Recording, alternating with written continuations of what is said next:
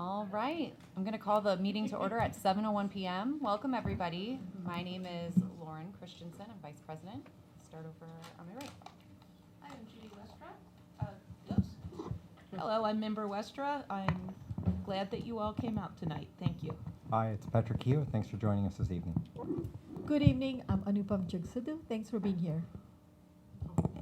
Hi, I'm Cheryl Picard, and welcome everyone. Patty McCoy, thank you for being here tonight. Josh Patterson, Plymouth sophomore and a Student Voice and Action co-chair. Hi, I'm Saeed Pawar. I'm a junior at Canton High School and a student co-chair for SVA. Dr. Merritt? Good evening and welcome. I'd like to begin by introducing, and I'm going to say let's recognize Ms. Diane Robertson, my administrative assistant. And for all the administrative assistants, tomorrow is going to actually be the day of your recognition. Yep.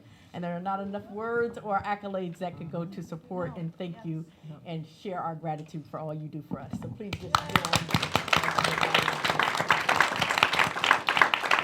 I'd like to also introduce Ms. Carly Reyes, and we thank her for being here, taking care of our communication needs. I'd like to ask the remaining members of the team to introduce themselves to you. Thank you, Dr. Merritt. Kurt Tuskowitz, Assistant Superintendent for Student Services. Welcome.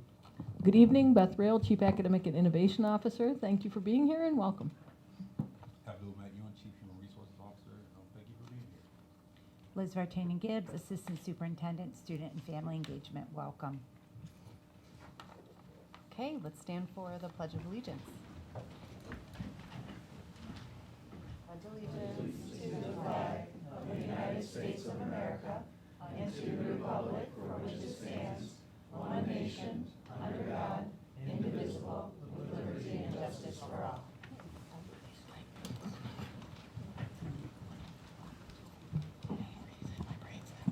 All right, moving on to the adoption of the agenda and approval of consent agenda. Can I please have a motion? Well, Vice President Christensen, I move that we adopt the agenda, approve the consent agenda, action item number 24-04-69. Can I get a second? Second. Okay, it was moved by Secretary Sadhu and seconded by Member Westra. Okay, I'm going to call for a vote. All in favor, please say yes. Those opposed, please say no. Yes. Yes. Oh, Did I do that sorry. right? I'm sorry. Go ahead.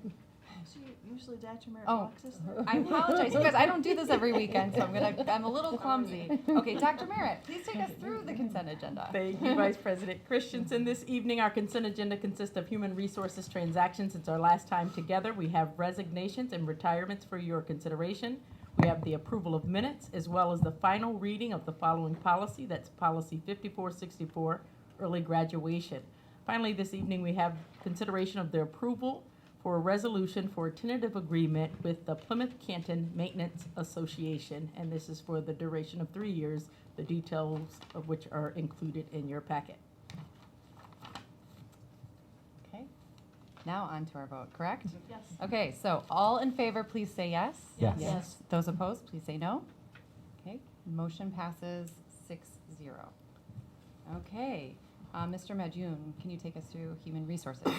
Yes, I would like to acknowledge some of our retirements that we had. We had a Daniel Abraham, who had been an employee for the district since 1995. Lynn Cowell, who was at Tonda, has been here an employee since 1991. Donna Hollingsworth has been an employee with our district since the year 2000. Janet Polidori has been with us since 2019. And Jennifer Steinhauer, who has been with the district since 2000. I would like to congratulate them on reaching this achievement, and I'm a little bit jealous.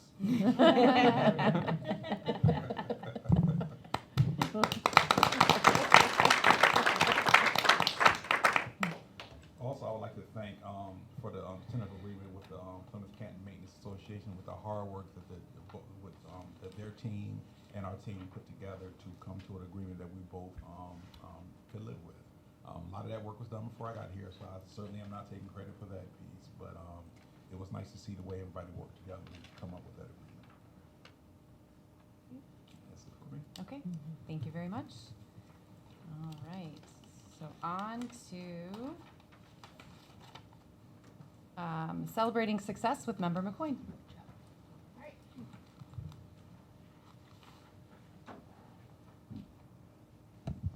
So this evening, the Board of Education will once again celebrate our school community with a STARS Award to our fantastic and generous sophomore student at Plymouth High School, Olivia Graham. Olivia provided amazing hard work and efforts in her significant role on the Student Advisory Council in the formation of a Michigan Department of Education resource on creating safe spaces in schools. Olivia actively contributed to this initiative over the past 3 years, which aims to promote a safer and more inclusive environment within schools across the state of Michigan. We are so proud of students like Olivia who dedicate so much time and effort to make a positive difference in our community. The presentation she created has been shared with superintendents and principals across the state of Michigan, reflecting the positive impact our local district can have on a broader scale. We would like to take a moment to recognize Olivia for this amazing achievement. Olivia, come on up.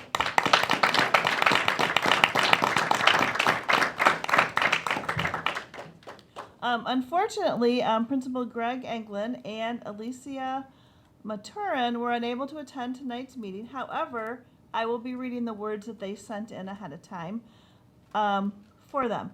So this is from Greg Anglin, who is the principal. I apologize that I am unable to attend this evening, but I would like to congratulate Plymouth sophomore Olivia Graham on this great accomplishment and for all of her contributions over the past 3 years to the Student Advisory Council in the formation of a Michigan Department of Education resource on creating safe spaces in schools. This is such a worthy cause, and we are proud that Olivia has played such a key role in this development. I believe this accomplishment is indicative of the great work that Olivia will continue to do for her peers and community in the years ahead. Congratulations, Olivia.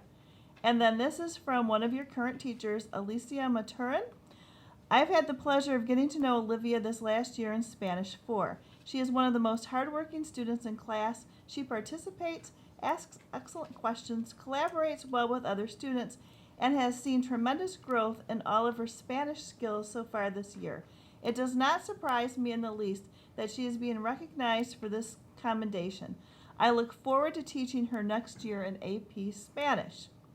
On behalf of the Board of Education, I present Olivia Graham with the Students with Tenacity Achieving and Reaching Success, or STARS Award, for her efforts in keeping the staff and students of the Plymouth Canton Community Schools safe.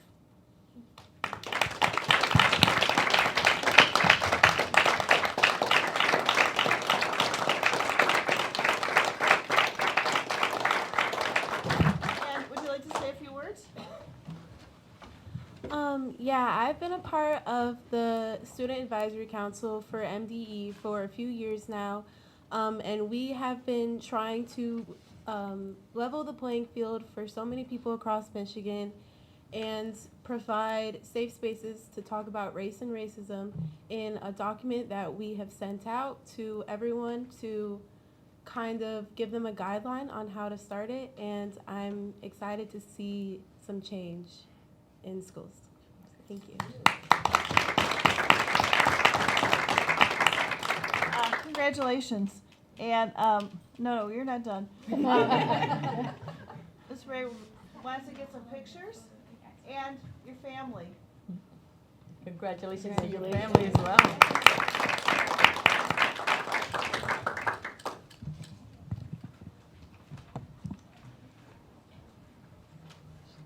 Thank you. Okay. On to committee reports and action. First, we have. It's okay. First, we have the president's report. President Wilson was not able to make it because he has a work engagement this evening. But I did want to lift something that to all my fellow colleagues here around the budget process. You know, we are talking a lot about that as it pertains to P-CCS. But we received an email recently from Wayne Risa. They're going through their own budget process, and we should be voting to adopt their budget soon at the end of May. But there is, and we did receive an email regarding 3 Zoom meetings, so opportunities to hear their budget presentation, ask any questions. So I just wanted to lift that to remind our team that that's available, and that, you know, if we can attend, that would be really great. There is a in-person budget hearing held at Wayne Resaw on May 15th as well, and then our vote will be, you know, I believe at the following meeting. That's all I wanted to share, really. Yeah, so I have them right here. So we have, and they're kind of different times of day, so hopefully it can capture a wide audience. The first meeting is on May 6th from 9 a.m. to 10 a.m. The next one is on May 9th from noon to 1. And the third opportunity is on May 14th from 4:30 p.m. to 5:30 p.m. And as I mentioned, then that in-person hearing is on the following day, on May 15th. Okay? You said May 14th is 4:30? Correct. I think we all got the email, didn't we? Yes, and I can forward that again so that it's at the top of our emails as well. Yeah, all right. Thanks, everybody. Okay. All right, to student performance and achievement with Member Sadhu. We have not met since the last update that was provided by Member Westra, but our next meeting is coming up on May 1 at 5 p.m. in this room. Everyone is invited. Thank you. Policy Committee with Member McCoy. So we actually met tonight at 5:30. We had a lot on our agenda, and we amazingly got through all of it tonight. Somebody runs a tight meeting, so we were able to get done.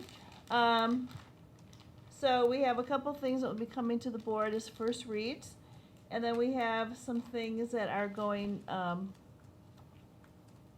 back to, for instance, SPA. We had some questions on the overnight field trip. Okay.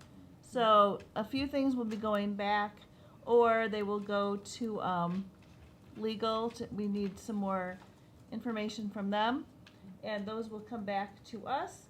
And then since we are going through our policies to make sure they're all updated, policy 5420, there was no changes in that, so we're just going to, it will be updated eventually on the spreadsheet that says we did review it.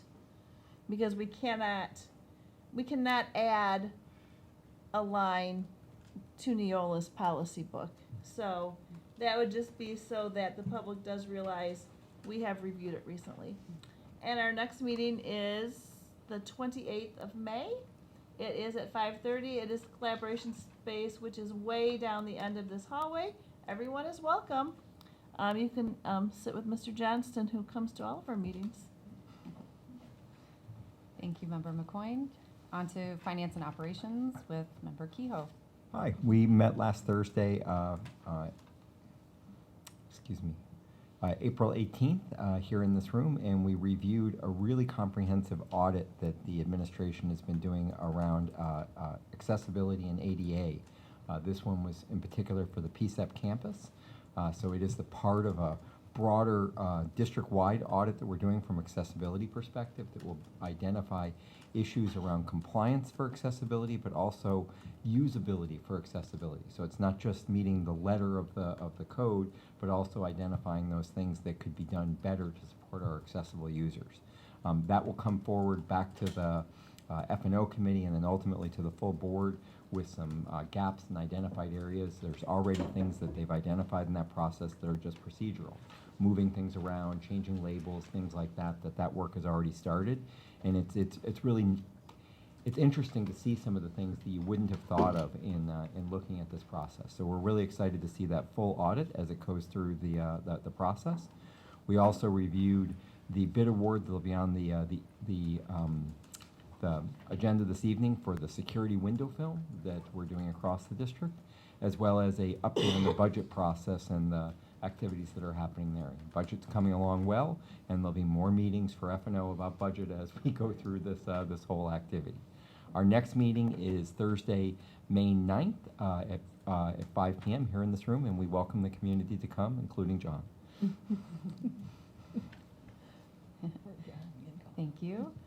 On to Student Voice and Action Committee with Josh and Saeed. So our last meeting was a non-official meeting, so basically we didn't do any of the voting or citizens' comments, but we had a planning meeting in which we finalized a memo for the P-CCS food and nutrition services, which contains feedback from students regarding breakfast and lunch, and we sent this memo to them recently. And then we are also finalizing and moving forward with our dress code suggestions for the handbook committee, and are looking forward to sending it their way. And then our upcoming meeting, which is also our final meeting of the school year, will be on Monday, May 20th at the Canton High School Media Center at 6 p.m. Thank you very much. On to administrative reports and recommendations. Dr. Merritt.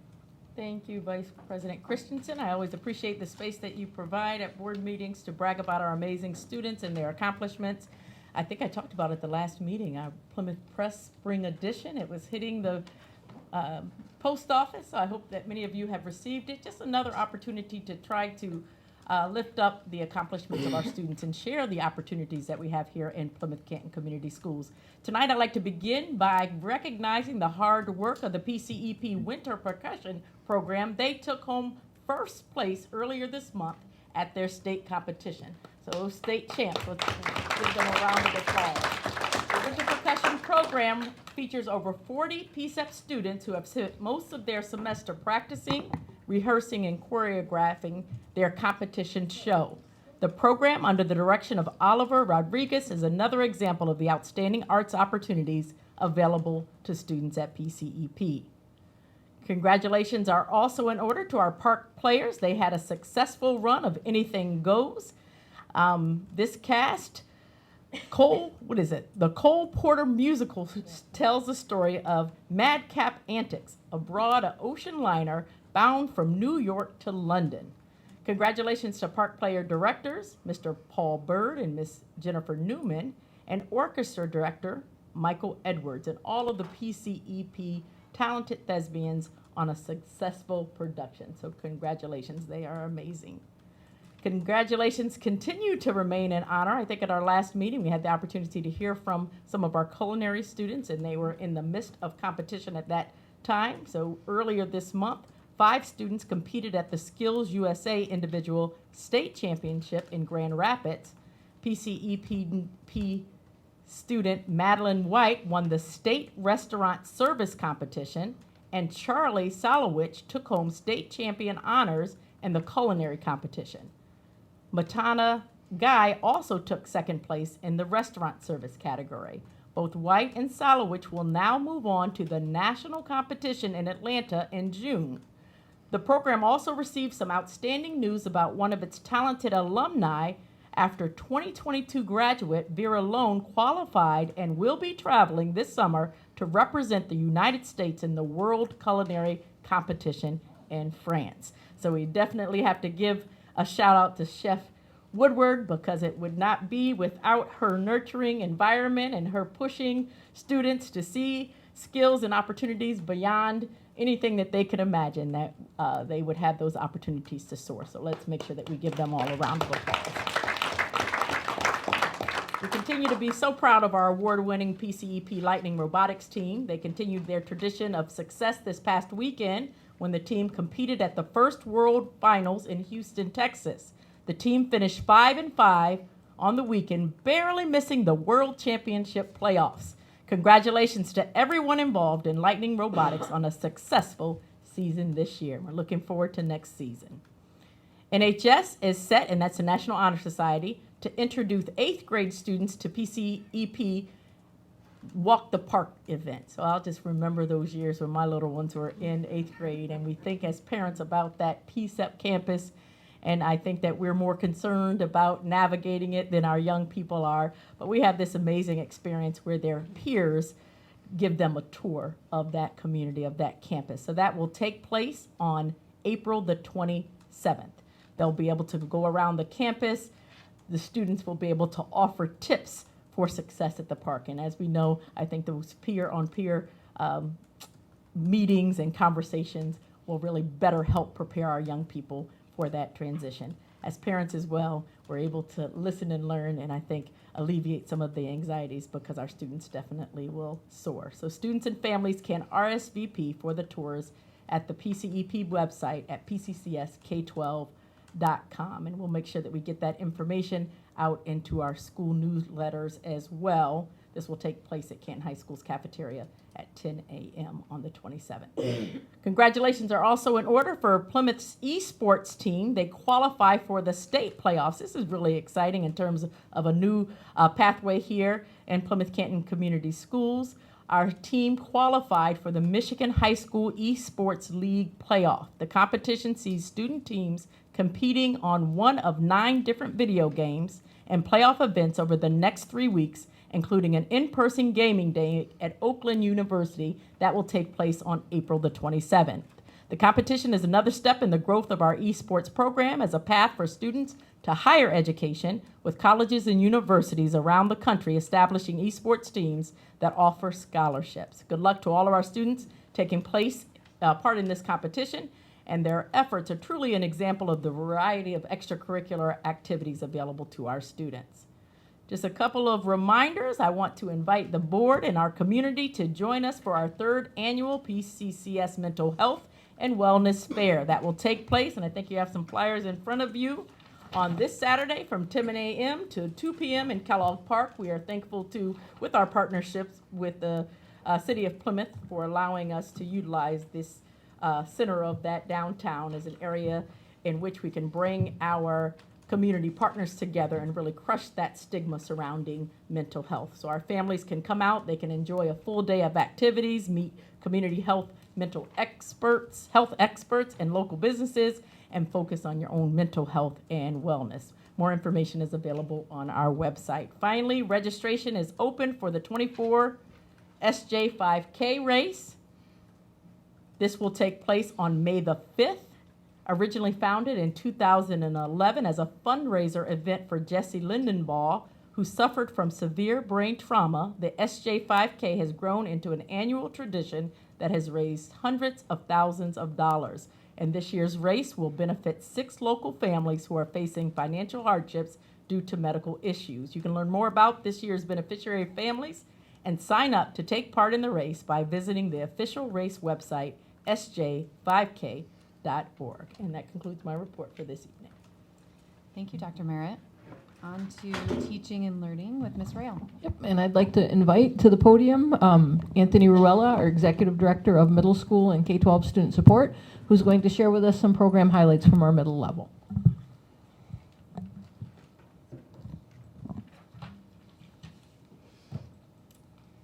Good evening, Board of Education, Dr. Merritt, core team, and the PCCS community in the audience and at home. It is a pleasure and a privilege to be presenting on behalf of the middle level this evening. And I just want to recognize in the audience we have Alex Naroyan, who is the interim principal over at Discovery Middle School, and Ms. Sherry Steckel, principal of West Middle School. The other middle schools this evening, we have our district swim league meet today. So we have other people that are occupied in different supervisory roles this evening. Tonight I'm going to be sharing a few middle level highlights that demonstrate our commitment to fostering an overall school climate and culture where all students feel accepted by and connected to their school community.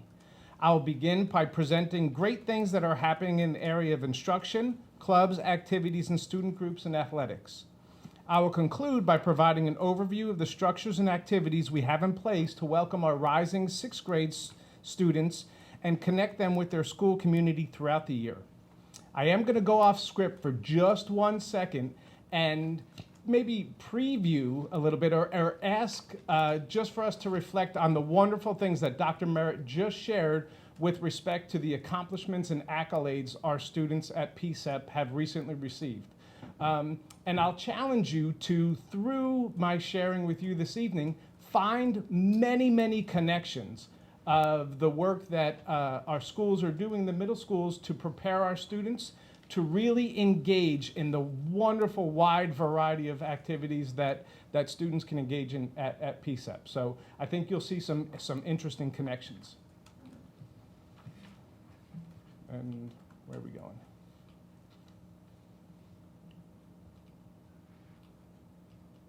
All right, that was a little slow.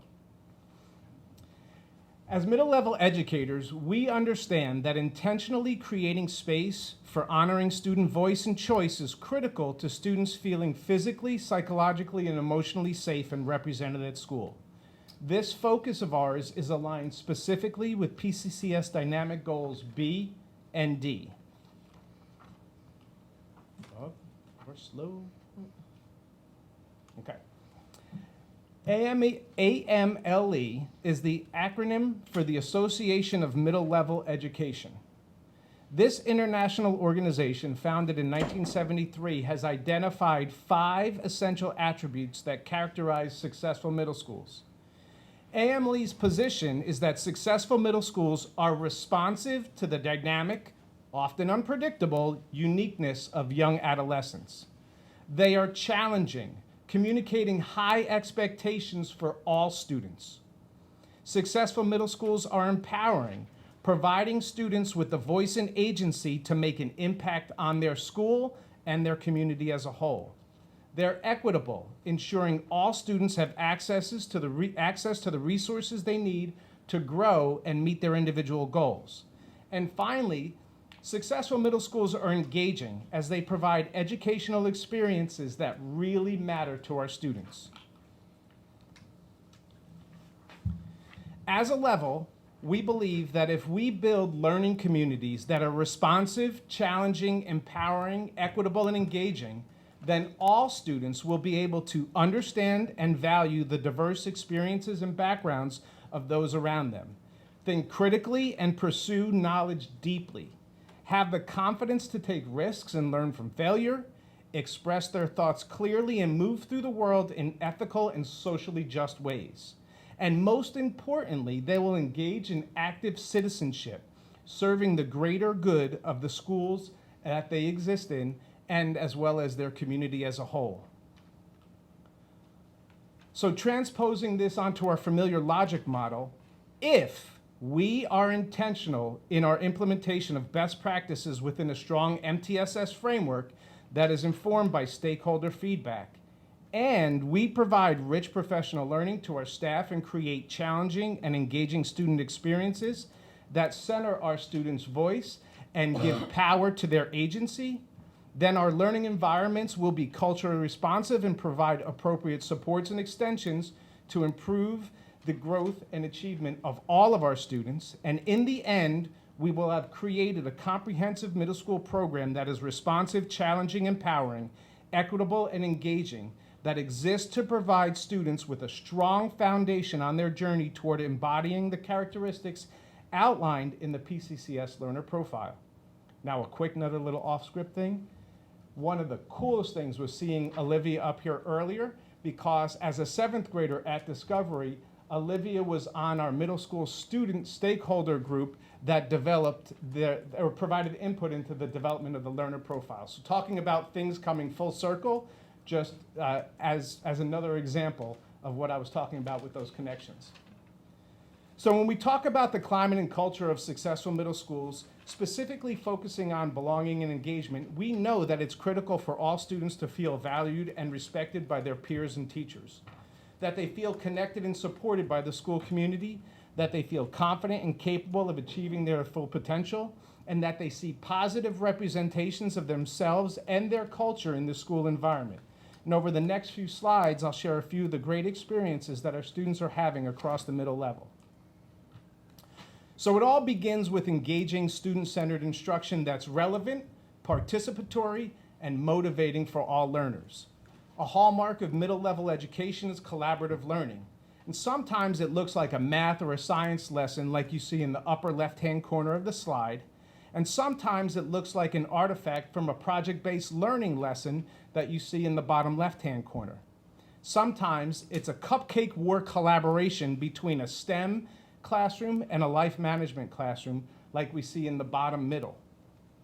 We also know it's just important for students to see reflections of themselves in their learning as it is to learn about the experience of others. In the top center, those two pictures in the top center right above the Cupcake Wars there, you see a community group that's partnering with a student group to share their culture and religious beliefs. In the upper right-hand corner are pictures of the Black History Mobile Museum that visits all of our middle schools each spring. And we're always looking to improve our experiences for students. On the left-hand side, we see examples of students collaborating using building thinking classroom structures.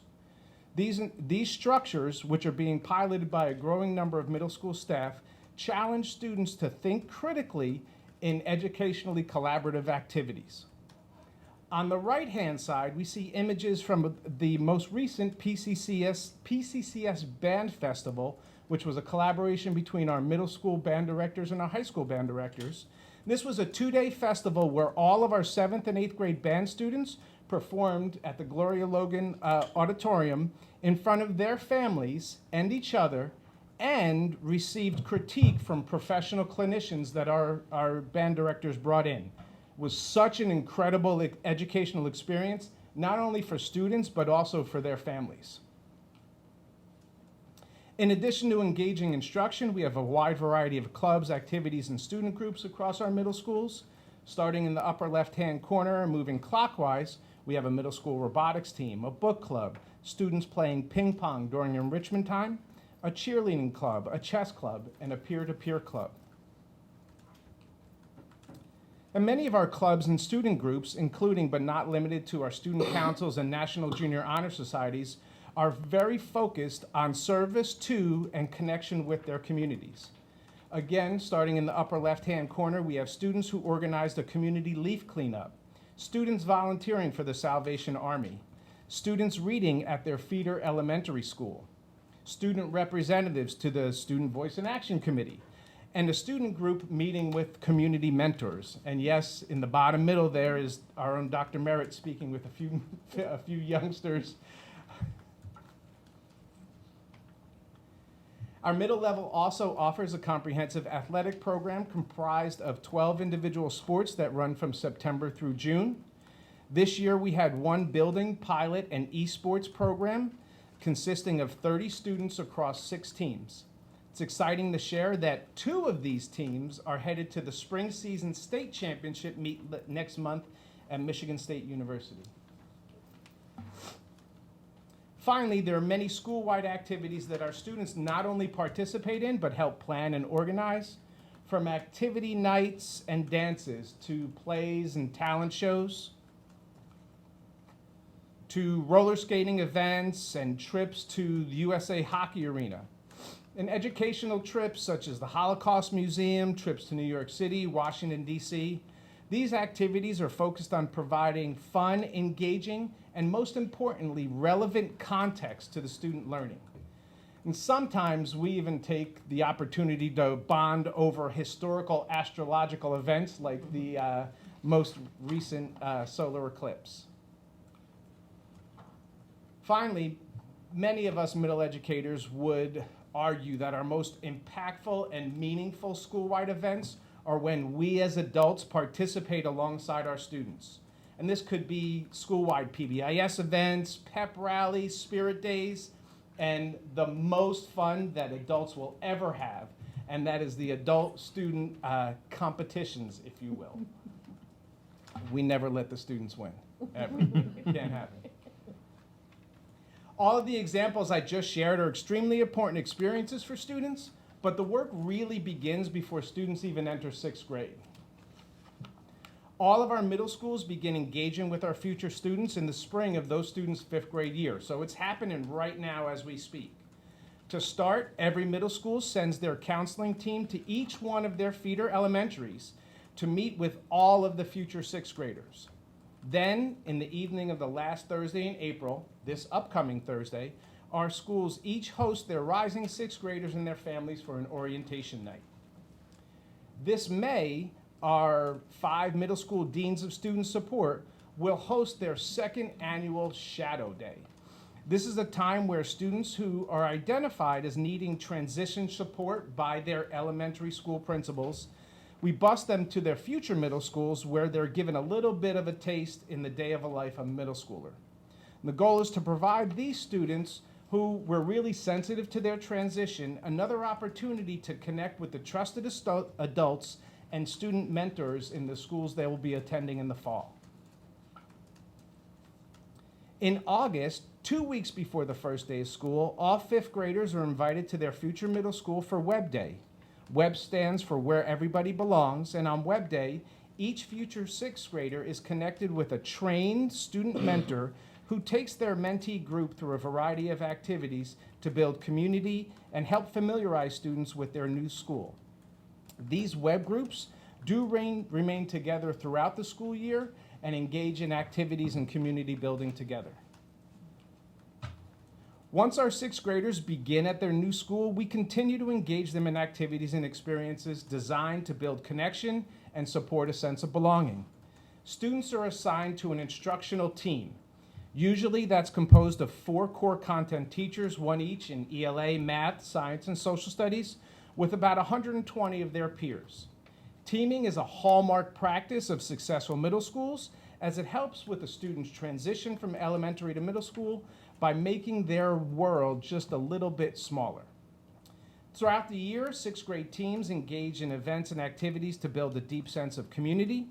Likewise, across the entire sixth grade level, students have exposure to a variety of experiences such as sixth grade camp, participation in clubs and activities, and even the sports of cross country and wrestling. And as I said before, students' connection with their web mentor continues throughout the year. So circling back to the 5 essential attributes of successful middle schools, I've provided the community with a mere glimpse into the great work that our middle schools are doing to help students successfully navigate 3 of the most exciting but challenging years of their lives. Moving forward, the middle school administrative team will continue to listen to what our students, their families, and our staff tell us in order to improve the experiences that we create for our students. Because we believe that if we design and implement middle-level programming that's responsive, challenging, empowering, equitable, and engaging, then our students will be prepared to positively impact their global community when they graduate from the park. And I want to thank you for the opportunity to address you tonight. I will stop here and welcome any questions or wonders you might have. No, that is, so. I'm really disappointed you didn't wear the traffic cone. I'm disappointed somebody didn't give me the opportunity. So, you know, we know our middle school students are special, and I'm going to tell you our middle school teachers are special, right? And it, you know, it takes a unique individual. And this is a middle school counselor who on the first day of school really wanted to make sure that our families knew how to move through drop-off line. So that was a way to make sure that, you know, we need to scaffold the learning and make sure that there's impact. Yes. That's pretty cool. So thank you. Thank you. Okay, we'll start with Josh. Do you have any questions? I have one somewhat of a suggestion. I don't know how much it ties, but I know there's a P-CCS esports team. Have you worked to tie the P-CCS esports team with the middle school esports team to like have them kind of mentor and help out in the middle school setting? I don't know if they've been connected yet. I will connect with the building principal and see if that's been done. That's a great suggestion. Thank you. Yep. And then other than that, great presentation. Thank you. Appreciate it. Thank you, sir. I have no questions, but thank you for the great presentation. Thank you. Member Westra? I just want to say great presentation, and I also wanted to thank my family came in when my oldest was in middle school, and she is graduating from university this year, and I have to credit the teachers and the staff and the resources that she had at middle school with the success that she is in college. I mean, not to say that P-CCS didn't contribute too, but she really got her start. in 6th grade at middle school. So, thank you. Thank you. So the traffic cone is fantastic. I think that you should do this at all the middle schools because drop off and pick up is always a train wreck. And I Always. think the parents need way more education than the students in this front. But I'm sure that you're making progress at it. I did have one question to a great presentation. I know that we have different programs that we run at different middle schools. Do we offer the camp, the 6th grade camp at all the schools, or what? I believe currently it's 4 out of 5. Okay. And is it not a fit for that 5th, or is it just, I know there's so much logistics that go into into doing that and so many volunteers that are required? Yeah, usually it's related to having sufficient staff and volunteers to run the program. Okay. So the other thing is, some of the Sure. 5th grade. You gotta come up to the microphone. I was just gonna- so- No. No, you gotta no, come up to the microphone. no. You raised your hand. I didn't mean to. You know how this I works. was gonna say that some of the 5th grade classes have been implementing camps. So one of the considerations is whether or not those kiddos have attended a similar camp in 5th grade. So I can speak about West. At West, all of the feeder elementaries except for Isbister have attended a 5th grade camp that happens at the end, right? So even though the goals are still the same, we want the kids to have a sense of belonging, we don't want them to feel connected to the school, we may not do it in the same way. So our 6th grade teachers team to create, like this upcoming fall, like a 2-week experience with the kiddos to have that community building in a different way. Does that make sense? Okay, great. Thank you for the context. Thank you, Ms. Steckel. Appreciate it. Is that all? I will add to my middle school stories. We all have, like, we could be here all night. We've all got stories. Yes, so the traffic is interesting and entertaining and scary all at once. I remember those mornings where I'm like, oh my goodness. But the staff have been wonderful. My son, in fact, had, wonderful years at Liberty, and thanks to the staff and everyone there. And I know middle schools can be hard. I know my middle school was really hard, but you all make it so much better for our kiddos. So I hear staff talking about middle school. These kids are treasures. I heard so many great comments. They're fun, they're entertaining. They've got so much energy, and you know how to capitalize that energy. So great presentation. I do have a couple of questions. My first one is, do all middle schools have a STEM club? Not a STEM club. They all have STEM classes. Right. Not a STEM club. There are 3 robotics clubs, but if there's not a full robotics club in the student's building, they are allowed to work with another building. Okay. So they have opportunities even though it's not offered in their home base? Correct. Okay, great. My next question is a little bit heavy in the sense, let's see if we've got the answers for this. What trends are you seeing as a result of all of this with regard to more students feeling safe and represented, higher engagement, as well as closing the opportunity gaps? So with respect to the actual data from like the panorama surveys, which I don't have that here in front of me, but I certainly bring it back to in board notes. My memory serving me correctly, we see a little bit of an uptake from the beginning of this school year to last year. And I think it has been an intentional focus. We've even talked about it in our professional learning over the beginning of the school year for administrators over the summer, and our buildings put that intentional work into their opening day professional learning experiences for their staff. But I don't have like the specific data pieces to you.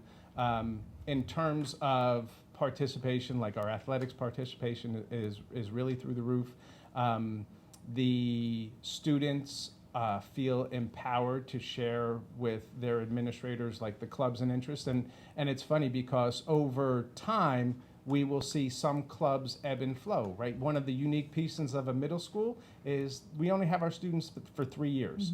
And there are cohorts and different interests. So, you know, the esports program that we have, you know, rose out of a student interest and a shared interest with administrators.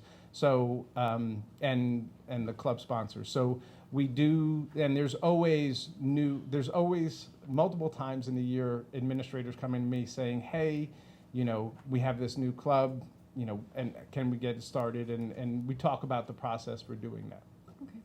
Dr. Mayer, if possible, doesn't have to be right away, but data from Panorama over the last 2 or 3 years showing those trends? You actually have a presentation that's coming up, I want to say in the month of May. Perfect. That June. has all of that information. We usually do it in June. June. Yep. Okay. And that'll be even great because the important piece of information, our students will take their end of the year survey in May. So that'll be our nice comparison between May and the beginning of the school year. Great, thank you. You're welcome.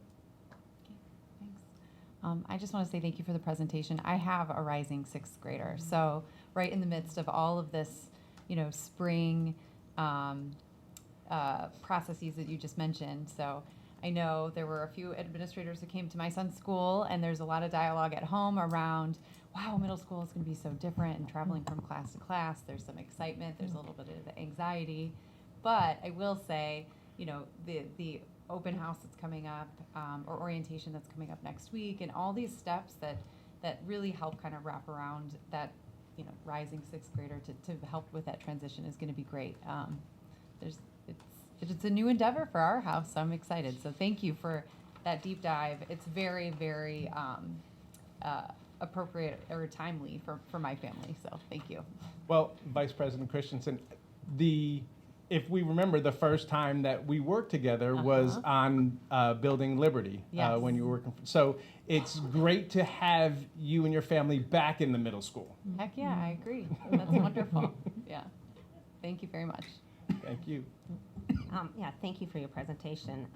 I just have a concern with, which I bring up a lot, is that on the part of all P-CCS students and staff will report that they feel physically, psychologically, emotionally safe and represented at school. I think with one of our policies that there is a group that isn't really represented because of the policy itself, just on those who understand that there's only 2 sexes. That is a diverse part of diversity. That is part of it. That is a group, and especially now with the Title IX decision that's been made federally, and I know our state has always supported that.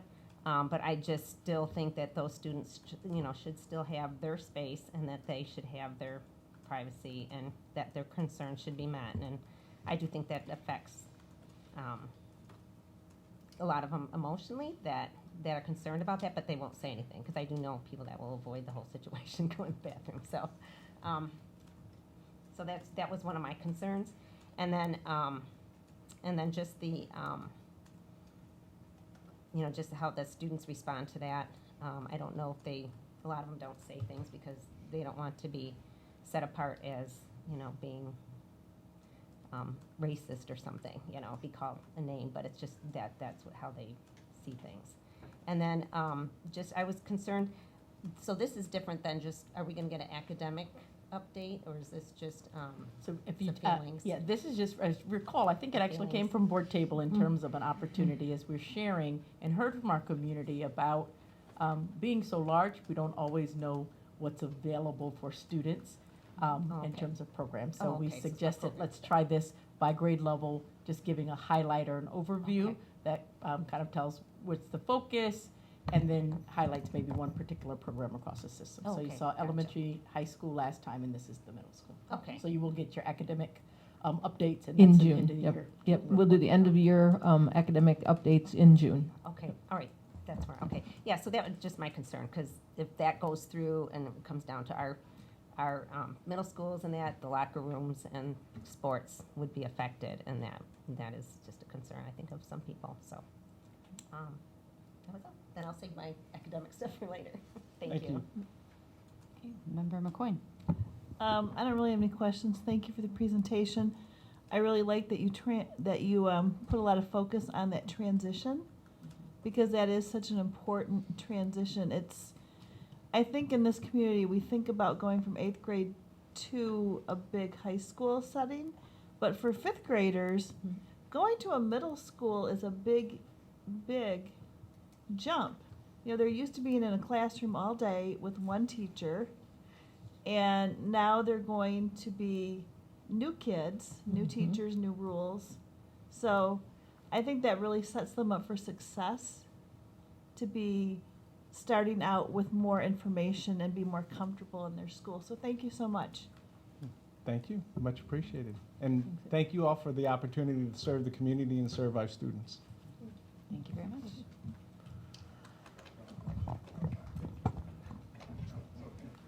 Okay, we're on to the next item here. Consider approval of a resolution for middle school math curriculum materials. This is a first reading. Ms. Yep. Rail? So I'd like to, for your consideration, kind of take you through the first reading of a middle school math curriculum purchase.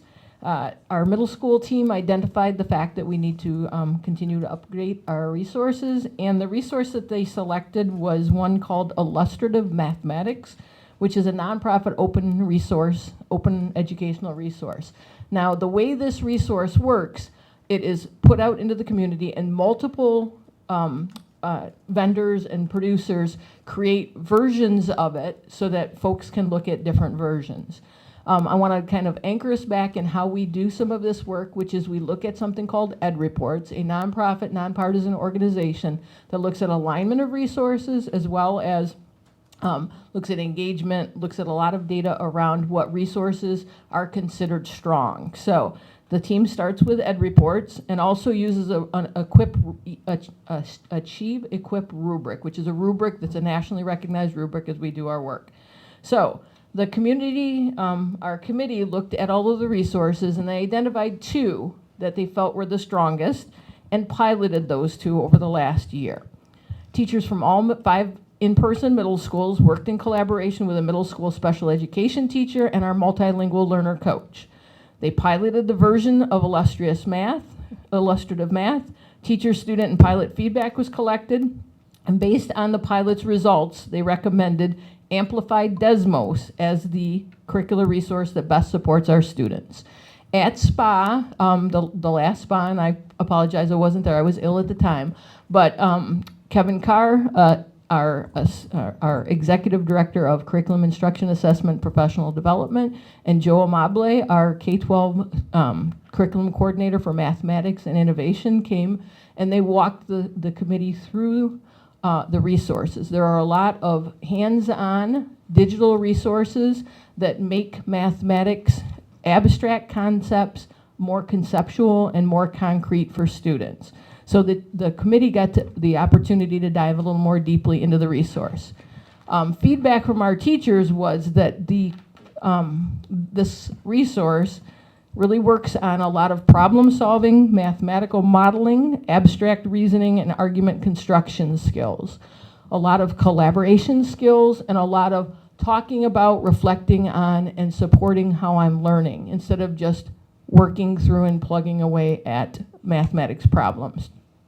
Students found the lessons to be engaging and interactive, and they appreciated the immediate impact and feedback and opportunity to learn from their peers as they talked about their learning. So Amplified Desmos comes in this kind of unique package, which is there are physical textbooks, because you'll see in the quote some shipping and handling. There are physical textbooks for all students. There is an electronic resource, and this will be a 6-year license. It is a student edition, digital student subscriptions, teacher editions, teacher digital subscriptions, and several ancillary materials, assessments, interventions, additions and supports and enrichment, and additional practice opportunities. So all in total cost for this is $820,440.75. We would be using some of this year's funds that were earmarked for this purchase, as well as some of next year's funds to do this, and we would implement it in the fall. So it would be implemented in this coming fall and then subsequent years if approved by the Board of Education. So I'm going to pause there for any questions you may have, and also, if need be, I'll have members of the team come up and answer as well. So what questions might you have for us? I'll start with Josh.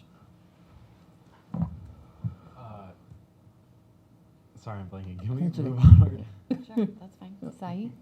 I have no questions, thank you. Thank you. Judy?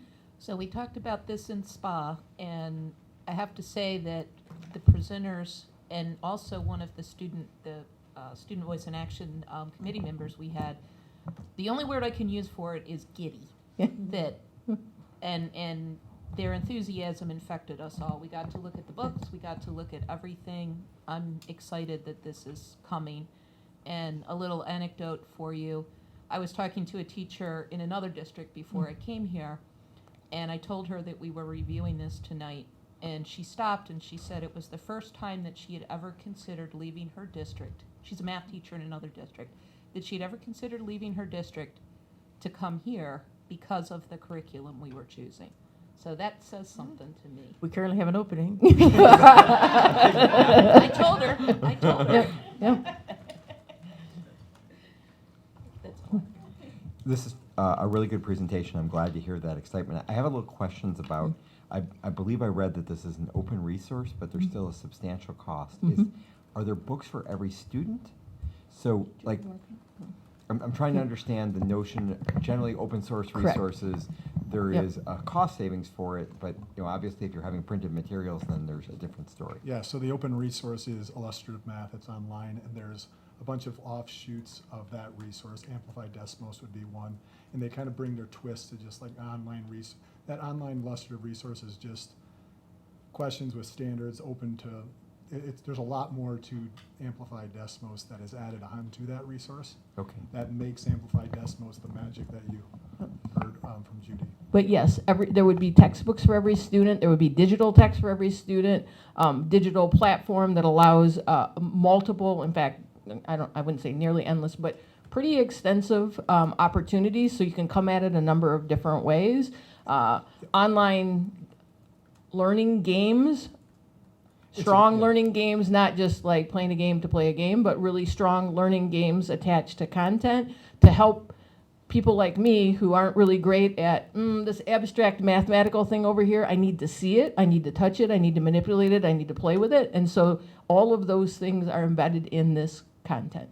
A lot of the differences between Amplified Desmos and the illustrative free resource is that Amplified Desmos has students thinking across different forms of mathematics on a regular basis to kind of conceptualize the understanding. It's more contextualized than than illustrative mathematics. There's opportunities for students to engage in collaborative discourse around mathematics that aren't in the illustrative free online resource. Got it. So it starts with the illustrative Yes. mathematics and then builds upon that. Right. And that's why there's Yep. an extra cost associated to that. Absolutely. Okay, The thanks. experience is big. Just was trying to understand Yep. the notion. It's a great of it. question. Great. Yep. Thank you very much. Thanks.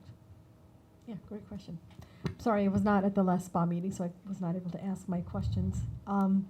Sounds like a great program, really exciting, and Desmos in itself is pretty exciting. My only question is, with regard to connecting the elementary curriculum, math curriculum, to middle school, and then making sure there's continuity to prepare students for the high school curriculum, that there's no disconnect. Sure.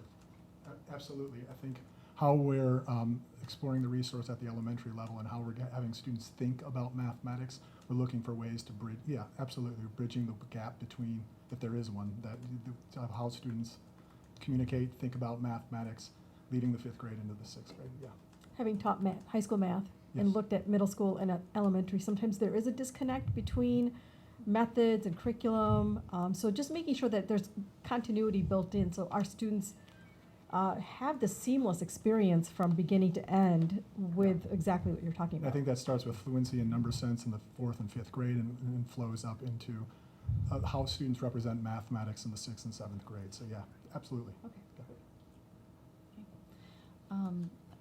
I have a question around just the total. So I'm looking at the recommended resolution. You mentioned Yep. it's $820,441. That amount not to exceed. Yep. So when looking at the quote, we have a total of $814,740, and I know as we scroll down that there's also Professional learning. Yep. development. So those two packaged together is that 820, correct? That's correct. Okay. Yep.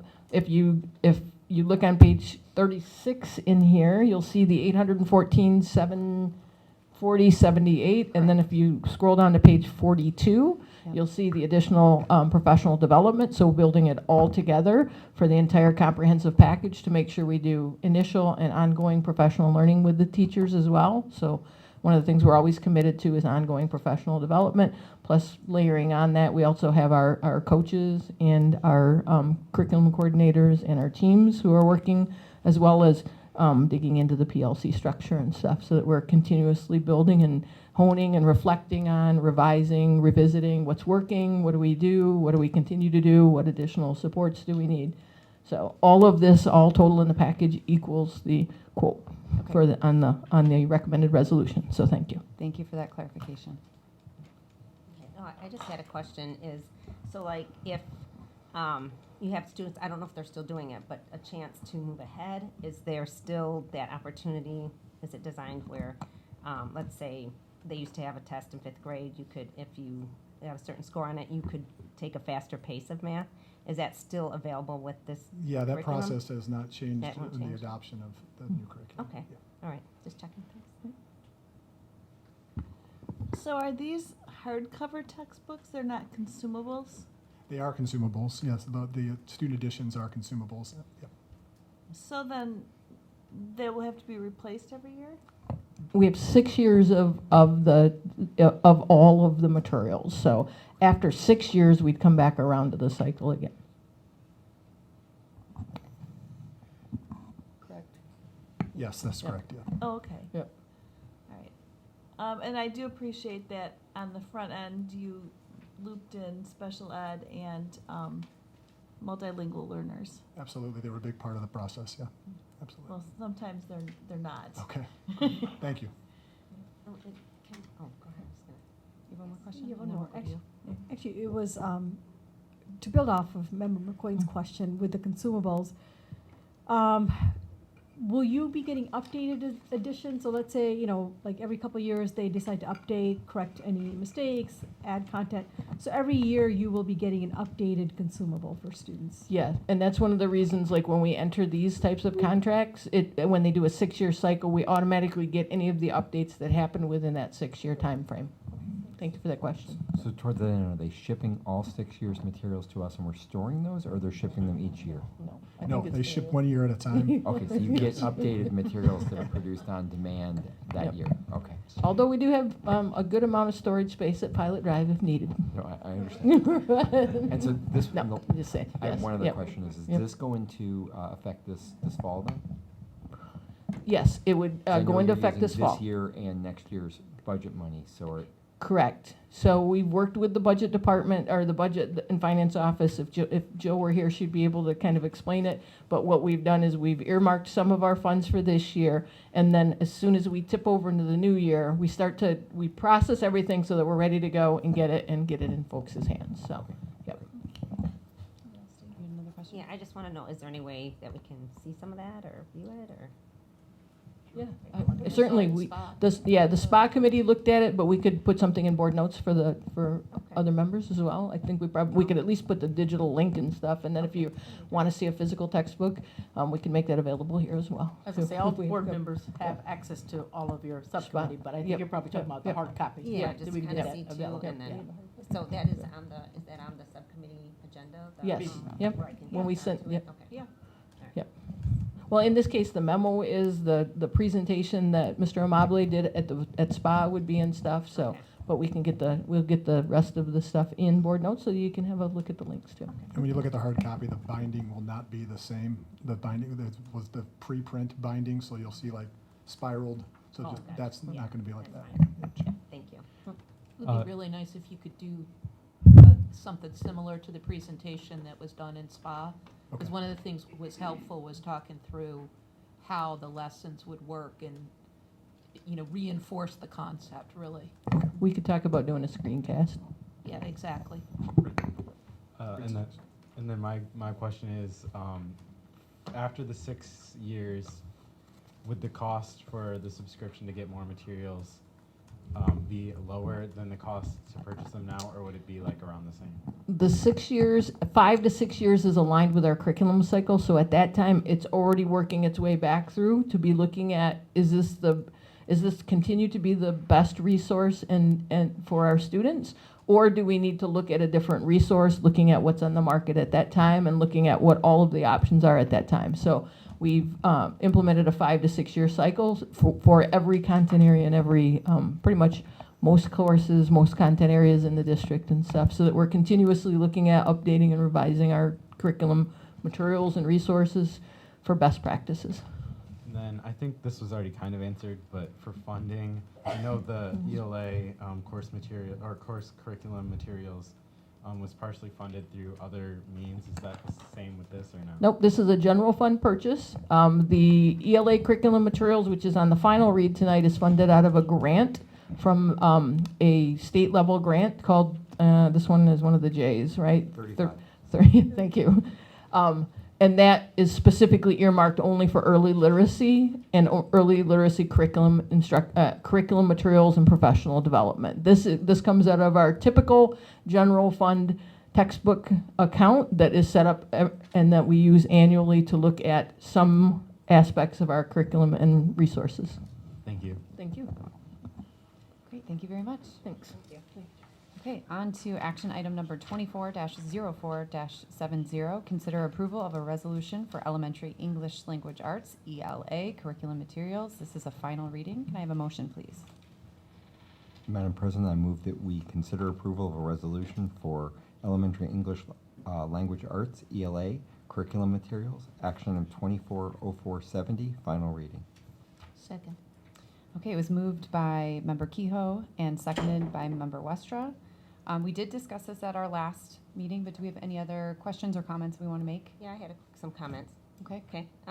Yeah, I kind of looked into the website, and I did talk to some people about it, and I know our teachers need new curriculum for literature, and I know that they really like the science of reading stuff. But as I looked on the website, I had a couple concerns, and one of the blogs, which is by Jenny McDonald. She's the Director of Publisher Relations and Rights at the Collaborative Classroom. And one of her articles on there, which was concerning to me, because she said, for too long, this is a quote from her article, for too long the messages have generally provided a warm welcome for white students and a colder shoulder for everyone else. That has become ever more apparent to us at Collaborative Classroom. That has become ever more apparent to us at Collaborative Classroom is the need for diverse books, not only for students of color, but for white students as well. Just as in the classroom community, we don't stop bullying only to protect the bullied, it is every bit as important to expand the perspective of the bully. We rely on diverse books to expand the perspective of white students and to give students of color a chance to see themselves reflected in the literature they encounter. The way she put it was just a little, to me, a little racist in itself, as it kind of put the whites, as the oppressor. It kind of targets it that way, but the way it's subgrouped was disturbing. And then, she also posted on there by Walter Dean Myers from the New York Times. Books transmit values. They explore our common humanity. What is the message when some children are not represented in those books? Where are the future white personnel managers going to get their ideas of people of color? Where are the future white loan officers and future white politicians going to get their knowledge of people of color? Where are black children going to get the sense of who they are and what they can do? And so today we do have a lot of people of all kinds of, well, if we want to say subgroups, I hate to do it that way, but we have all kinds of people in different positions of offices, loan officers. We have many people who have accomplished many goals in all the subgroups. So to sit there and point out one specific group seems a little racist in itself to me. And so that was one of my concerns, because she is the position of the Director of Publisher Relations and Rights of Collaborative Classrooms. I do not have a problem with having different books on different cultures and different people. I just have a problem with how it's presented, and that was a concern. And also that this curriculum includes social emotional learning, which, from what I understand, that elementary already has to do a half hour of social emotional learning in their daily schedule. And so I know a lot of people do not like to have the social emotional learning, and parents can have the option to opt out, although it's probably complicated because it is in the day. But this also then doesn't allow parents to because it's integrated, it doesn't allow people to opt out of it. So, and there's a lot of subjective things in social emotional learning that if you go to the Castle, they're partners with Castle, which they're already getting some of that. And if, some of the things on Castle may not be agreeable with some people. So, and one other, if I have time, sorry. I was looking through the grade 1, all the books and everything, and there's a lot of variety in there, which is really, that's fine. But I was kind of concerned with some of their, for first grade, one of the digital articles for future independent reading, one of them was electric cars are an earth-friendly way to travel. And I just kind of wondered why that was on in a first grade section, because they don't drive, they don't really. And there's not the other view, because some people don't consider it safe. And they also don't for the environment. There's a lot of research that has been done that shows that it isn't really safe. And that's just people's views. And then for grade 3, I thought it was kind of on their persuasive nonfiction. Should cars be banned in cities? I mean, a third grader, I don't know the perspective that they would have at that age to decide if a car needs to be in a city or not, but all the things that go with driving and the needs people have to drive. Another one for grade 4 was under the focus of persuasive nonfiction. What is fake news? Tips for spotting them. Fake news for kids. Okay, that has a lot of subjective information too. So who's giving the information? I did not read that, but it would be something to look into. And the diet that helps fight climate change. So that also has a lot of subjective. And for a 4th grade, these are kids that are very open to suggestion, and to kind of plant those things in their minds at this age seems a little, till they have enough knowledge to understand even what's being talked and considered and the sciences of today. It just seems kind of, that just seems a little bit beyond. In 5th grade, there was one more. Is social media good for society? And maybe some 5th graders have social media, maybe some don't, but that also seems kind of like a broad thing for them to have to understand. So I just was concerned about that, and just wanted to put that out there of my concerns for it. So thank you for the chance to speak on that. Okay, anyone else? All right. I will call for a vote. Those in favor, please say yes. Yes. Yes. Yes. Those opposed, please say no. No. Okay, motion passes 5-1. On to finance and operations. Someone standing in for Ms. Minnick? Yes, I will Okay. stand in. Okay. This evening, we are here as a first reading to consider the approval of the sale of property. That is our Tanger Center property. We have been through this process for a while, which started with an RFP, which is a request for proposal. That was back in 2023. We are bringing forward for your consideration an offer and a land contract for the amount of $1.2 million. This has been reviewed by our legal counsel. We've done our due diligence requirement. We have met with the board in closed session on April the 16th, last week, with our legal counsel. Bill Bowman is here this evening as well. Wanted to have an opportunity if you had any additional questions. There was information that was brought forward in terms of I think it was number 11, and so they were agreeable in terms of the purchaser to the adopted language that we had around the hazardous materials recognition. So that has been updated for your review. The land contract is here as well. This, as a first read, is a recommendation that you would consider this. Have Mr. Bowman come up if you have any additional questions or any feedback that you'd like to offer. Do you want to add some context? Yeah, Yeah. First I wanted to thank everybody that's been involved in this process, especially Mr. Bowman and everybody in the administration that's done the hard work to move this process forward.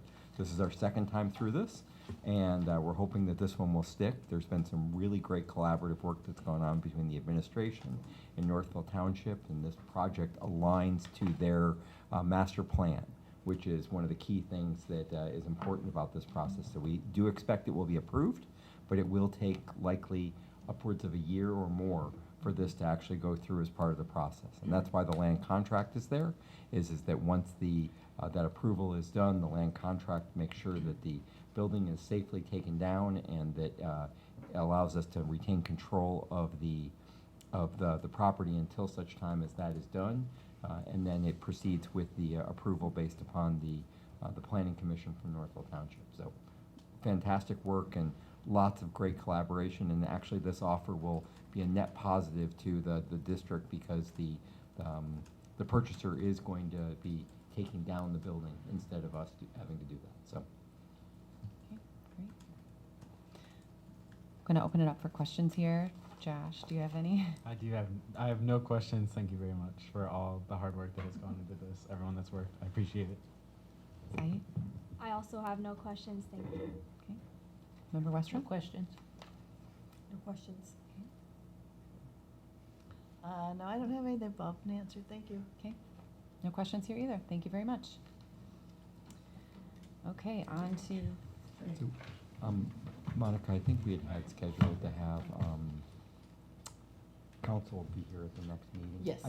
I'm not sure that we're going to need that. I Okay. would suggest that any board members that have any questions or concerns, raise those so that we can identify if we need to have council here. Very I think we've discussed this extensively, so. Yes, yes. Good point. Thank you. Okay, on to the next item here. Consider approval of a resolution for security window film. This is also a first reading. Thank you.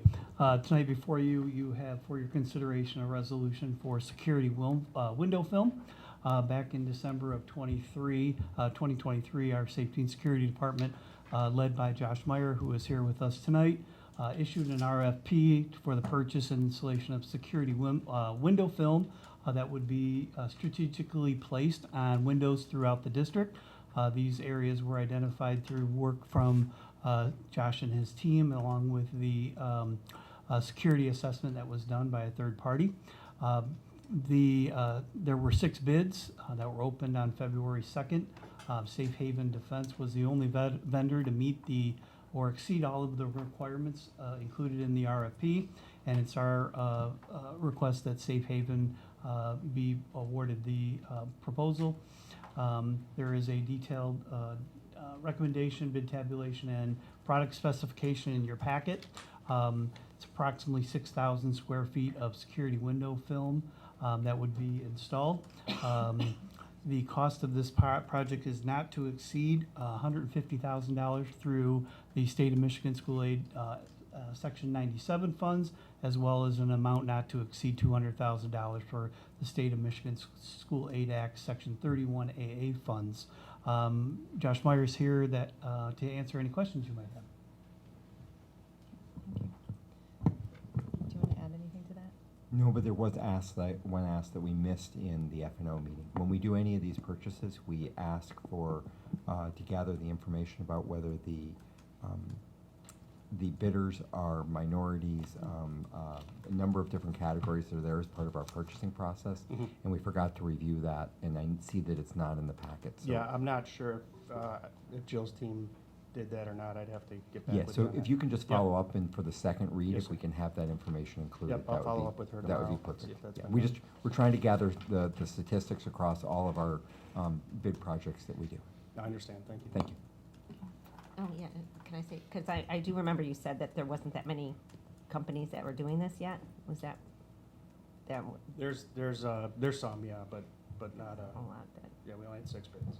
Yeah, it's just the data gathering that we have so that Yep. we can No, have I understand what consistency. you're looking for. I'll Mhm. Yep. ensure that gets done. Thanks. Yeah, thanks for bringing that up. Josh, do you have any questions? I do not, but thank you for all your hard work. Thank you. Saeed? I don't have any questions, thank you. Thank you. Member No Westrom? questions. We talked about this for about 45 minutes and, Yeah. or longer in F&O, so we got a lot of questions and had really great discussion, so Yeah. thank you. Very fruitful dialogue. Any Are there questions? school districts in Michigan that already have this? Yeah, there are, and there's a multitude that are taking advantage of the 97 and 31 AA money to do that. We're actually competing with quite a few school districts right now that have also chosen Safe Haven, so we're under the gun to get our schedule and get them in here. But he's reassured me that they can do the work and they'll get it done in our time frame. So what does this look like in? The best way I can describe it is it's going to look, the product that we have chosen is a 15 mil thickness smash protection window film with a 6 mil thickness anti-graffiti layer that goes on top of it. So when it's all said and done, it's going to look like a tinted window, like a vehicle tinted window, would be the best way I could describe it. Placed on the outside of the window? From the outside, yeah. Okay. And then it's sealed all the way around. From the inside, you're essentially looking out through a tinted window, but there's a mirrored, almost a mirrored, because we specified that we wanted a visual deterrence associated with the brake protection. So on the outside, you'll see somewhat of a tinted mirror appearance, so that somebody looking in, it's not going to be like you can't see in at all, one-way mirror. You can see in, but it's going to be deterrence so that you can't, if they were trying to enter the school, it gives our staff time to relocate, and it makes it a little more difficult to see in. And what's the longevity of this once it's on the windows? There is a, Safe Haven offers a lifetime warranty on the product. Okay, great. Thank you. No, I'm good, thanks. And what is the timeline of this? So the first portion of that, the 97 funds, we have to expend that $150,000 by September of this year. So that will be the first phase, is to get 150,000 of it done. But we should have our 31AA money in place within the next few weeks. So the goal is to have the project entirely completed by the start of next school year. So 24, 25 or 25, 26? By October, or, well, we start in September, so by September of this year, the project will be complete. Wow, okay. They've committed to working, right now, the schedule that we're working on has them working evenings and weekends during the school year, and then working during the day to the summer. So, for example, if a school gets out at 3:40, they'll start work at 4 o'clock, they'll work till about midnight to get work done, and then they'll come back that next day. Safe Haven was just awarded the entire state of Texas. There's a legislation that was passed in Texas under the building code that requires glass protection, and Safe Haven was awarded that contract for the entire state of Texas. I just wanted to add, during our conversation at our F&O committee meeting, part of their conversation was around each and every one of our buildings will be receiving this security film. I'm not sure if that was mentioned, but did want to share that there's equity among all of our spaces, not just a select few buildings. But it's not every window, so the other thing to mention is it is it's the select windows that the security team has reviewed. Correct. Okay. Any other questions? Just to inform everyone, what exactly does the film do other than graffiti protectant? So it provides a layer of protection. So it's multifaceted. So the primary purpose of the film that we've chosen is that if somebody's trying to break through the glass, it's going to buy our staff time and our students time to exit that area and get to somewhere else, or save or escape that area.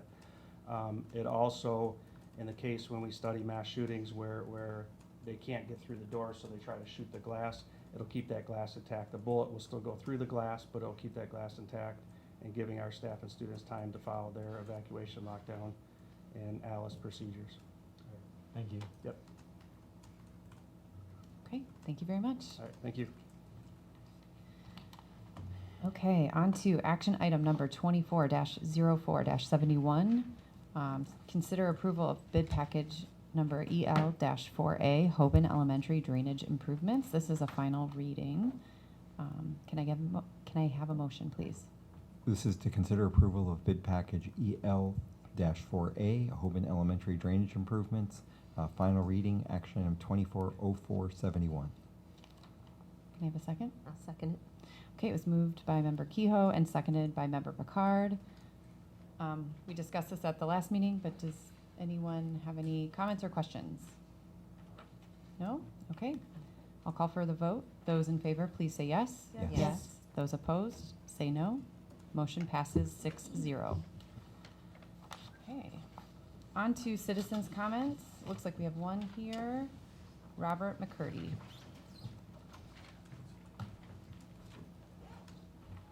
Good evening. I'm going to start with, and I will send you screenshots of this. I didn't have time to scrub the names prior because these people asked not to be, their names to be known. But I want to read something that was posted on the Reclaim group. All of you are very well aware of that. I pulled my daughter from Pioneer English class for this exact reason a few years ago. It was actually the breaking point of why we left. I refused to let her to attend class. The principal is a joke. He is woke. I don't like that term, but he is woke as anyone. I'm a public school teacher, middle school actually. This has no place in education. It's everywhere. Their SEL lessons are another example. This is another individual. I'm right here with you. I'm a public school teacher as well, and we pulled our kids from Pioneer. This coming year, we will be pulling from the district altogether.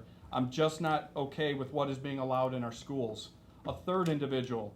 Agreed, I'm a middle school English teacher as well. I don't care about the pronouns and asking students how they want to be called and how they feel comfortable. It's terrible. We pulled our son and I sent him to a private school and I resigned from this district.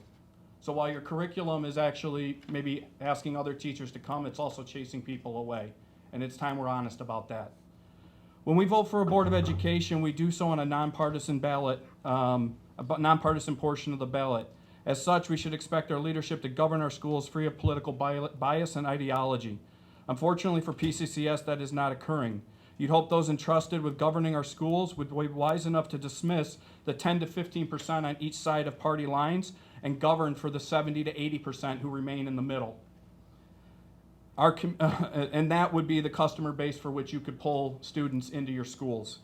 It's no secret we're a divided nation, and the public schools are becoming a microcosm of that.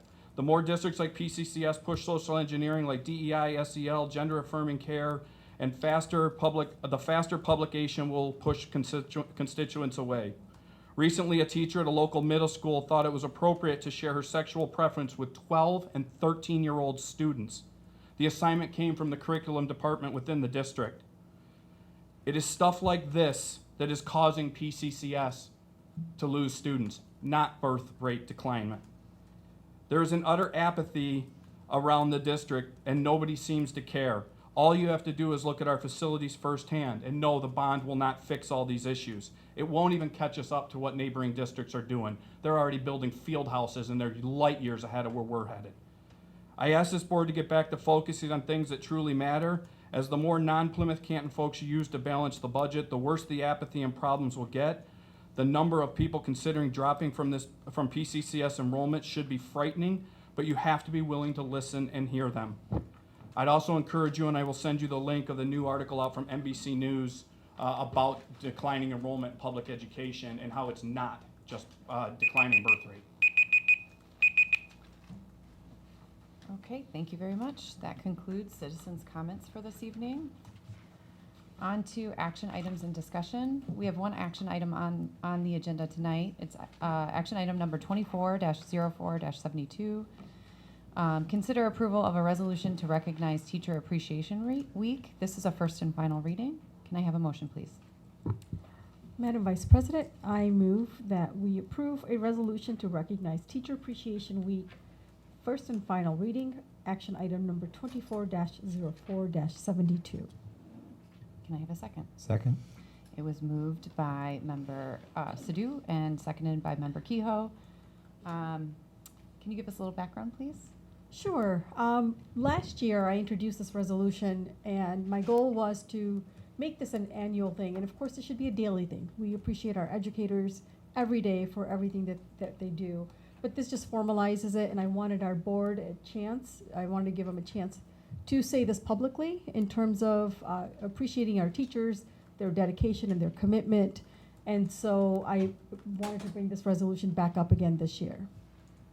I appreciate that. You know, I'm in support of this as well, so I appreciate you bringing this forward again this year. Any other comments around that? Oh, thanks for doing this.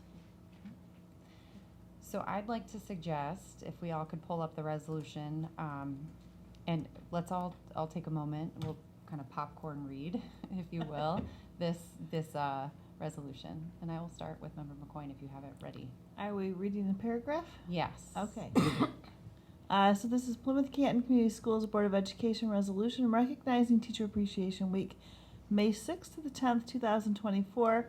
Whereas Plymouth Canton Community Schools is proud to recognize National Teacher Appreciation Day, May 7th, and Teacher Appreciation Week, May 6th to 10th, 2024, and Whereas Teacher Appreciation Week is one of the most important observances because it brings attention to the teaching profession, which is worthy of honor and praise. And whereas our teachers are a dynamic force in the learning process and consistently exhibit their steadfast commitment to all of our students through their willingness to give of their time, energy, talents, and resources to ensure that our children have the knowledge and skills needed to be successful in college, careers, service, and life. And whereas teachers are more than instructional leaders, they are also role models, mentors, motivators, encouragers, listeners, and coaches who build positive relationships with students that enable young people to believe in their own potential. And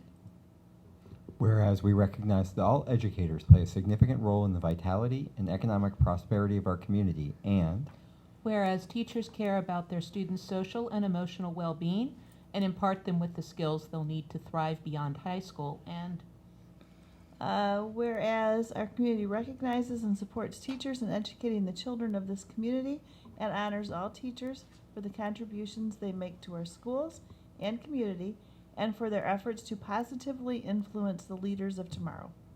now therefore be it resolved that the Plymouth Canton Community Schools Board of Education proclaims May 7th, 2024 to be Teacher Appreciation Day and May 6th through the 10th, 2024 as Teacher Appreciation Week. And be it further resolved that the Plymouth Canton Community Schools strongly encourages all members of our community to join us to express their appreciation to our teachers for their dedication and commitment to this important work. Adopted and signed by the Plymouth Canton Community Schools Board of Education. Okay. Vice President McQueen, I'm not sure if any of our students have anything to say. I saw Josh. Oh, sorry. Yes, Josh, please. I saw his eagerness to say something. It's all good, no worries. I was just confused whether or not we were going to, but it's all good. No Yeah. worries. But you can add your comments to this. I just want to thank all my teachers and all the teachers in the past and the teachers that I will have. They're amazing mentors and have really guided my life and my experiences and led me to where I am today. So thank you. So I'm a part of the Student Congress at my school, and we often plan teacher appreciation gifts for our teachers, and I like seeing how they how they enjoy it, and it feels good to give back to them for everything they do with us. Great. Vice President McQueen, can I also add, after Saeed just added, all the things that are happening for Teacher Appreciation Day and Week within our school community. I know there are parents and families that are organizing luncheons for all schools, at least at the park I've seen Facebook posts for. I encourage you to look at what opportunities are available in your neighborhood and thank a teacher in whatever way you can. Yeah. Yeah, great. I think we have to vote. Yes, we do. I was just going to call for a vote. Thank you for that reminder. Okay, those in favor, please say yes. Yes. Yes. Those opposed, say no. Motion pass, or excuse me. Motion passes 6-0. Goodness. Okay, on to follow-up board questions. So for the following 4 board questions, I believe that all 4 were satisfied within board notes. You had the ELA curriculum materials, the full quote, book titles, an update of the process on minority and women-owned bid submissions and awards was provided, and process will be discussed through F&O. The update on the process to provide continuing education for students on suspension or expulsion was provided, and also an update on the ventilation in the Salem High School Culinary Arts Kitchen. In terms of questions this evening, I do not have outstanding. ELA. Math materials for board notes. And we have the minority info for the RFP for security fund. Yep. Okay. Anything else? I do have a couple of items regarding newsletter that I would like to discuss since all board colleagues are here. Sure. First, I want to thank Member Westra and Member Picard for sending me their updates and some of the events that they have attended in our community. I'd like to include that to let the community know how we are supporting our students and staff. For everyone else, if you are a chair of a committee, I would like a little brief blurb about your committee updates. And Saeed and Josh, you are responsible for SVA. If I could get that in the next 48 hours. And since you are acting president, I'm going to ask you for the president's update. Okay, I can do that. No pressure. No pressure there. I know we had talked about on the 16th possibly looking at dates, but we don't have all, I don't know if you want to do that now or we don't have everyone here. While you're looking and deciding if we're going to look for dates for that, I do want to say, save the date for our organizational meeting in July. We have 5 Tuesdays in July, so that right now will be July 16th. So just get that on your calendar before vacations start popping in. Dr. Mayor, is that an evening or an all-day event? The July, Yeah. that would be an evening event. Okay. The Tuesday meeting, regular board meeting time, 7 o'clock. And we're saying it's July 16th. July 16th So it would be at the normal, at the board. Yeah, so we just At have the board one normal time? meeting Yeah, during, The appointments haven't come out yet. for- Yes. That's okay, but it next would be school like year. yeah, so we only Like approved the 7 calendar through June, but I just kind of wanted to get out there so you can hold it. We have that one meeting in July, mid-July, as our organizational meeting. Thank we you. appreciate it. So maybe you want me to put a reminder in board notes and we look at calendars so everybody For can our agree follow-up on? meetings, yes, Yes. I agree. Looking for May. That works for me. Okay. All right, if that's everything, I am going to adjourn the meeting at 8:36 PM. Thank you, everybody. Thank you.